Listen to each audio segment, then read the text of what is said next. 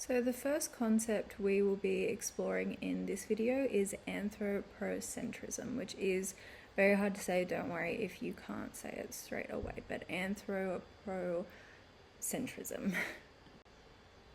Before we continue, I want to acknowledge the country on which we are gathering. For you, it is likely different, but for me, I am on Bidjigal land in Darug country and just wanted to pay my respects to elders past, present, and emerging. I also want to acknowledge that sovereignty was never ceded in Australia.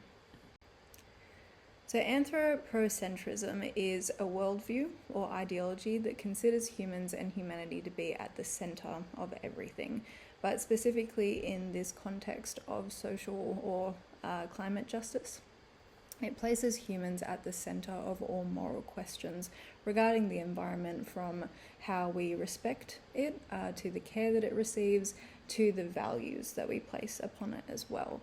So this means anthropocentrism can be used as a framework for how we can respond to an environment or even environmental issues, so through degradation to protection or conservation of it. I like to think of frameworks as sunglasses. So the perspectives that we have almost act as our lens from which we see everything. And in this case, we would then see everything with humans at the center or at the top of our lens, I guess, or our perspective. So how can humans use this land and how can this land benefit us would be some of the thoughts coming from a worldview like this one. Within this concept, there is a principle that assumes humans to be of inherent or intrinsic value. So this assumption is based on qualities humans have, such as an increased intelligence or having a higher level of dignity that is more so, or tends to be more so, than other animals. And essentially the value we get from these features means that the world around us should be shaped around us and our needs and our interests. Now, anthropocentrism, as I'm sure you can assume, can and has been used to argue for the exploitation and destruction of land. Humans want natural resources, we want large houses, we want land ownership, and therefore it is justified that humans go about their business of taking all of those things. Thankfully, the anthropocentric view can be used juxtaposed to argue that we need to preserve our natural environment and resources because we are the centre of the universe. We do rely on a healthy planet, not only for our survival, but also so that we thrive, so that we have good, enjoyable lives. Not looking after the environment is then counter to the true belief of anthropocentrism, because if the planet continues to be hurt, humans will continue to be hurt. Remember though, this is still a perspective totally grounded in the value of humans and our own needs. So it is not now an argument to protect the environment and wildlife for the sake of their value, because they don't really have any in this perspective. Or if they do, it's quite irrelevant, as we are the main focus anyway. Our environment instead actually has a different value in this perspective. So we as humans have intrinsic value.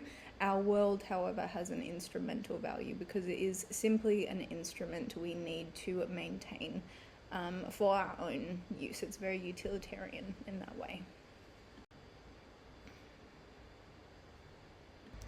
And part of the reason anthropocentric arguments encourage humans to look after the planet is because in its human-centered perspective, it considers humans to come in our next generations. And this idea does come under the concept called intergenerational justice. So considering what is just for the generations to come directly after us. So whilst we might not ourselves experience the impact of environmental destruction, this perspective would still argue that future human beings will experience significant negative impact, which the anthropocentric perspective would argue is our duty to then protect the next generation, so we should then conserve our environment. To touch on this just quickly again, intergenerational justice is actually its own concept, and very simply put, it's the belief that we have an obligation to consider, or at least try to set up the world so that it will benefit the future generation despite them not being here yet. And you will see this concept pop up in policies surrounding climate change or environmental protection laws, or as well you can see here in a protest like deforestation, which proposes that land needs to be conserved for the health of a future generation.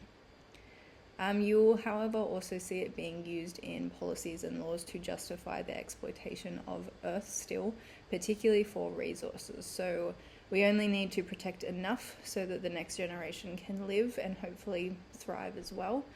That still means we can use our resources because it's not totally morally wrong, especially if we believe it would benefit the future generation as well. So like the idea that our use of resources to design new technology will benefit the next generation. Okay, feel free to pause the video here and take a little break before going on to the next concept with me.